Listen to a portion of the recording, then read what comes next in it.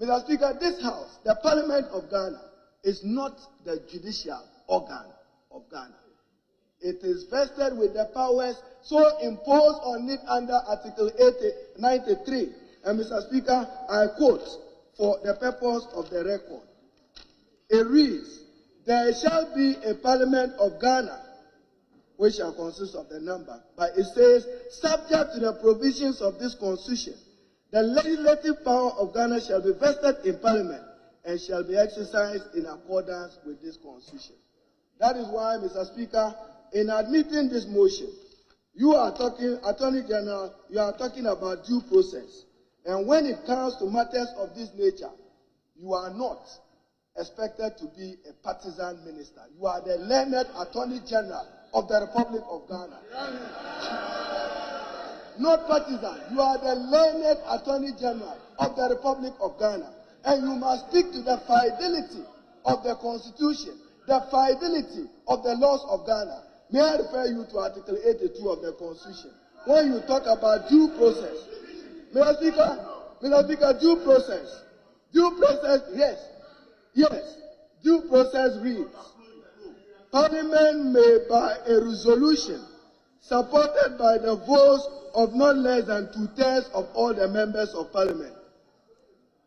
82.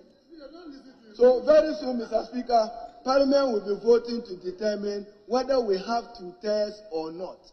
Due process.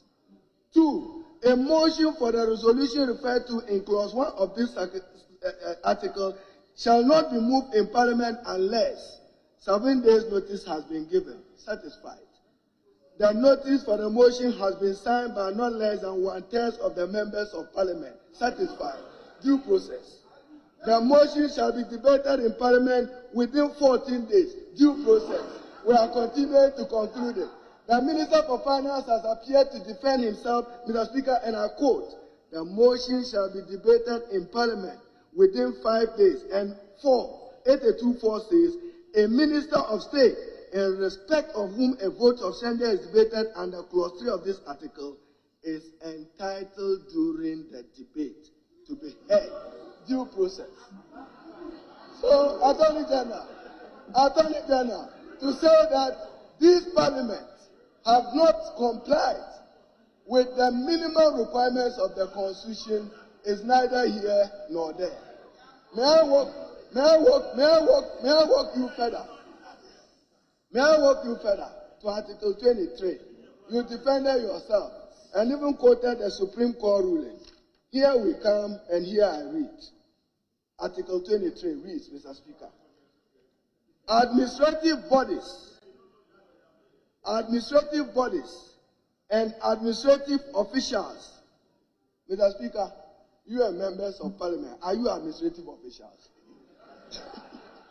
Mr. Speaker says, shall act fairly and reasonably and comply with the requirements imposed on them by law, and persons aggrieved by the exercise of such acts and decisions shall have the right to seek redress before a court or other tribunal, referring to what you call the ombudsman or CHRAJ for our purpose in Ghana, that even this parliament can appoint the ombudsman. How dare the Attorney General compare CHRAJ to the Parliament of Ghana? That is your understanding of Article 23 of the Constitution. How can you reduce this co-equal organ of states, the co-equal organ of states, the Parliament of Ghana, to an administrative institution?